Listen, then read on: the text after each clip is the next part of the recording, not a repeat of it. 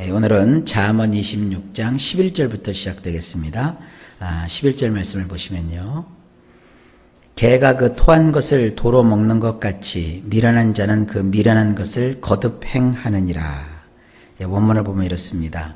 개가 그 토한 것으로 되돌아가는 것처럼 미련한 자는 그의 어리석음을 반복하느니라.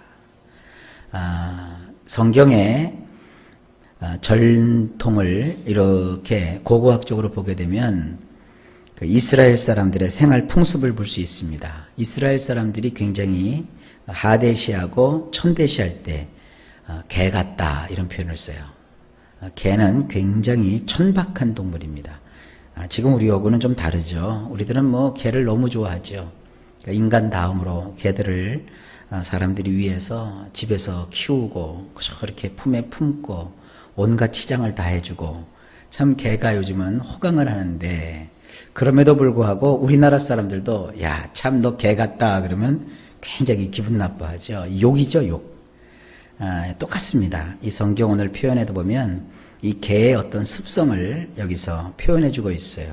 요즘 개들이야 무슨 사료 먹고 크기 때문에 아주 깨끗하게 크지요. 그러나 옛날에 이 개들은 그야말로 그 동네 개, 똥개라고 했죠. 그러면 그냥 온 동네 다니면서 이것저것 주워 먹고 그래요. 그러다 보면 개도 이렇게 잘못 먹으면 취하나 봐요. 그래서 자기들이 이렇게 개어내요. 토를 하죠. 근데 이 개들은요, 그걸 또 다시 또 먹어요. 저 이제 어렸을 적에 집에서 개를 키울 때 보면 그런 걸 참 많이 봤어요. 이제 그런 걸 자꾸 여기서 연상하게 되는데, 이 개는 자기가 그 토하고 나서 물론 이제 우리 성경은 먹는 거라고 되어 있지만 원래 원문에는 먹는다는 표현이 없어요. 그냥 가서 다시 그 토한 것 위에서 개가 뒹굽니다. 그러니까 개는 이렇게 자꾸 자기가 속에서 토해놓고 우리 같으면 이제 불결하게 여기고 지저분하게 여겨서 피해 다닐 텐데 거기 또 가서 거기서 또 뒹구는 것이 개의 특성이에요. 그러니까 개의 이런 특성을 이 성경에서 비유로 얘기하면서 뭐를 말씀하시느냐 하면 미련한 사람은 그 미련한 짓을 똑같은 그 미련한 짓을 반복한다는 거예요. 그러니까 사람이 미련한 사람의 특성은 미련한 짓을 계속 반복하는 거예요. 그러니까 누군가 그 사람의 그 미련함을 막아주기 전까지는 그 미련한 짓을 계속하는 거예요. 그래서 이 교육학자들은 사람은 반드시 배워야 되고 또 그 배운 것을 실천할 수 있도록 훈련해야 된다 그래요. 이 두 가지가 항상 따라야 됩니다. 배우고 그리고 훈련 받아야 돼요. 교회에서 항상 우리가 심세될 게 바로 이런 겁니다. 안 그러면 미련해져요. 우리는 하나님을 알지 못하는 세상에 살다가 주님께로 나왔지 않습니까? 주님께 나와서 에헤 하면서 양반 기침하면서 나는 세상에서 많이 배웠고 세상에서 많은 것을 가졌고 그런 거 아닙니다. 어차피 주님 앞에 나오면 처음부터 시작하는 거예요. 그러니까 처음부터 하나님 말씀을 잘 교육받고 그리고 그 말씀대로 훈련해서 교육과 훈련을 통하여 우리가 지혜로워지는 거예요. 그러지 않고 있으면 개와 같이 그 미련한 모습을 우리가 계속하게 되는 겁니다. 지은 죄를 또 짓고 잘못됐던 그 실수를 또 반복하고 그래서 하나님 앞에 미련하게 하나님 마음을 기쁘시게 해드리지 못하는 그런 일을 행하게 되는 겁니다. 자, 그 다음 구절 보실까요? 12절 보면 내가 스스로 지혜롭게 여기는 자를 보느냐 그보다 미련한 자에게 오히려 희망이 있느니라. 원문도 마찬가지입니다. 보시면 너는 자기의 두 눈에만 지혜롭다고 하는 사람을 보느냐 그런 사람보다는 오히려 미련한 자에게 소망이 있느니라. 자, 11절과 연결이 되는 거예요.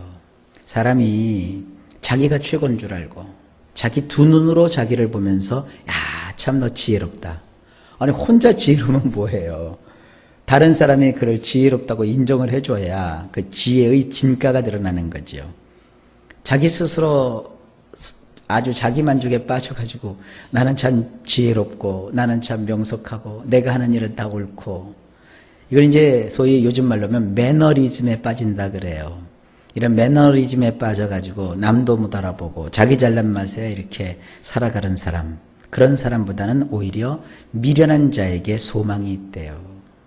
그러니까 미련한 것은 개와 같이 어리석은 것을 번복하고 반복하는 사람인데, 그러한 미련한 사람보다 더 못한 사람은 누구냐 하면 자기 스스로 지혜롭다고 여기는 사람이에요. 이런 사람은 안 배워요. 교회 와서 자기가 제일 잘났고 제일 잘하는데 설교를 들을 턱이 있나요?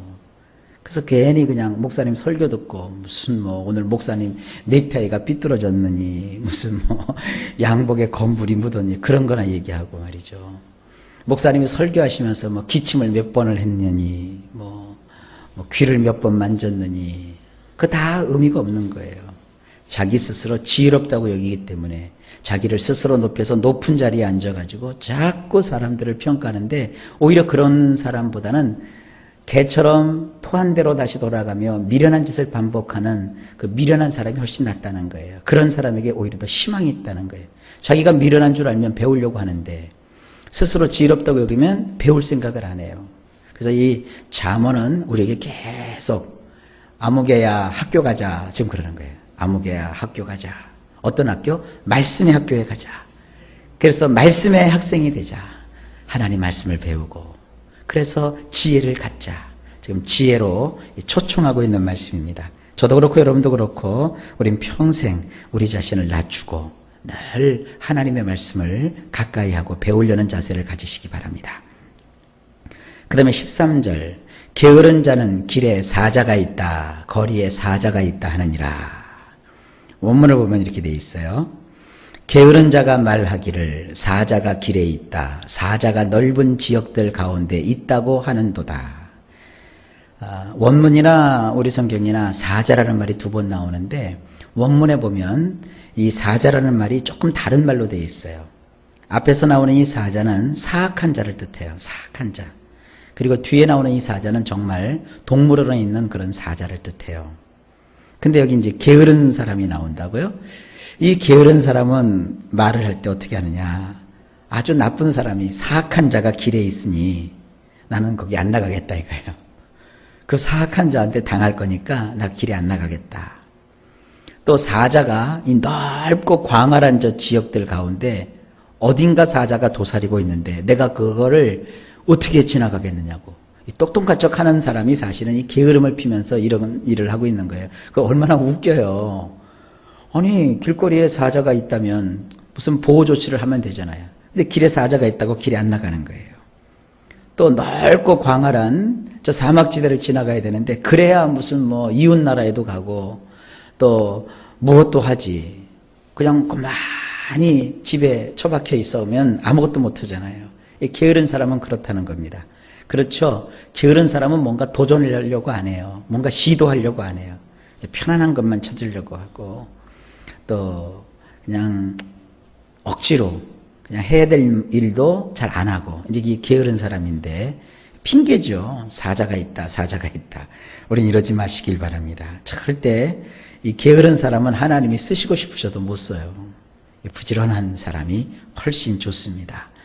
자, 그 다음에 14절. 문짝이 돌저귀를 따라서 도는 것 같이 게으른 자는 침상에서 도느니라.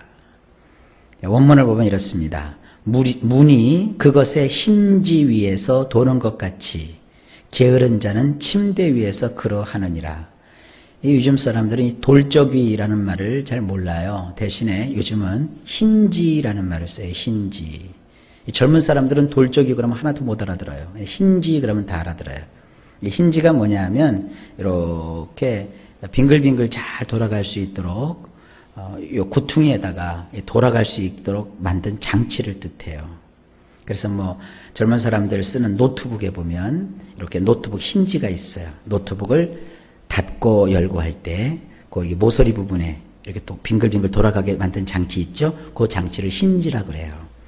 문이 있는데 이 문은 조그만 문이 아니라 큰 대문을 뜻해요. 근데 큰 대문도 돌아가다 보면 거기 그 대문이 돌아가는 그 축에다가 옛말에는 이제 돌로 이렇게 돌저귀를 해갖고 거기다가 기름을 넣거나 또 여러 가지 그 장치를 해서 문이 원활하게 돌아가게 만들어주거든요. 그 장치를 힌지 혹은 돌저귀라고 하는 거예요.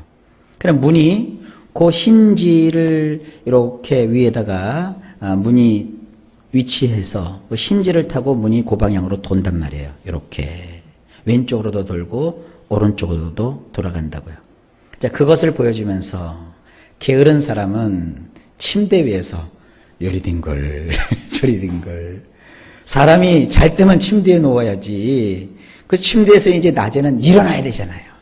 일어나서 시장도 가야 되고 회사도 가야 되고 학교도 가야 되고 또 사람을 만나러 가기도 해야 되고 교회도 가야 되고 그래야 되는데 그냥 그 문짝처럼 침대에 넣어서 오른쪽 한번 왼쪽 한번 뒹굴 한다는 거예요. 성경은 이 게으른 걸 이렇게 표현해요.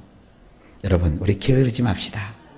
하나님 힘 주시고 능력 주실 때 하여간 바지런히 평생 부지런한 삶을 꼭 살아 누리십시오. 이게 지혜입니다.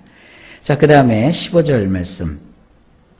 게으른 자는 그 손을 그릇에 넣고도 입으로 올리기를 괴로워하느니라. 네, 원문을 좀 보십시다. 게으른 자는 그의 손을 큰 그릇 속에 넣어두고서 그의 입으로 그것을 되돌리기를 피곤해하는도다. 얼마나 게으르면. 여기 보면 원문에 보면 이렇게 큰 접시예요. 큰 접시. 큰 접시에 이렇게 음식이 수북히 쌓였어요. 그랬더니 그 사람이 그 손을 그 접시에다 이렇게 푹 집어넣고 손을 안 보이도록 감춰놨어요. 그러면서 이걸 이제 뽑아야 될 거 아닙니까? 이걸 움켜잡고 뽑아가지고 그 입으로 이렇게 되돌려야 되는데 그렇게 해야 되는 것도 피곤하게 생각해요. 그러니까 이게 게으른 사람을 이렇게 우화적으로 표현을 한 거예요. 저는 이 처음에 이 문구를 보면서 참 많이 웃었어요. 처음에 이제 신앙 가지면서 성경을 읽기 시작했는데 그때 이런 구절을 보면서 제가 참 많이 웃었어요. 아니 사람이 손을 집어넣고 그리고 잡아서 아우 귀찮아 아우 힘들어 이러고 있으면 얼마나 웃겨요. 그 실제로 가정에서도 있어요. 자 철수야 엄마 저기 계모임 갔다 올 테니까 엄마가 여기 밥상에다가 다 밥 차려놨거든. 그 밥통에는 밥 있고 식탁보 이렇게 덮어갖고 거기에 다 반찬 만들어냈으니까 일어나서 그 그릇에다가 밥을 담아서 그것만 먹으면 돼. 설거지는 엄마 갔다 와서 할게 하고 갔어요. 일을 다 마치고 집에 와봤는데 식탁이 깨끗한 거예요. 그대로 내가 나갈 때 하는 대로 그대로 있는 거예요. 밥통에 밥도 그대로 있는 거예요. 그 철수는 뭐 하나 보니까 지방에 침대에 앉아갖고 이리 뒹굴 저리 뒹굴 하면서 뭐라고 하냐면 아이고 배고파 그러고 있는 거예요. 혹시 그런 거 보셨나요? 이게 얼마나 게으른 거예요. 그럼 엄마는 아주 마음에 속상하지요. 자, 이런 장면을 여기서 볼 수 있는 겁니다. 물론 이제 자녀들은 집이 편하니까 때로는 이제 게으름을 피우고 싶을 때도 있죠. 그러나 우리의 일상이 그런 식이 되어서는 안 됩니다. 자주간 우리는 바지런을 떨면서 아주 부지런하게 삶을 살아야 합니다. 그래야 하나님께서 그에게 지혜로 역사해 주시고 그 일이 형통하게 되는 것입니다. 자, 오늘은 여기까지입니다.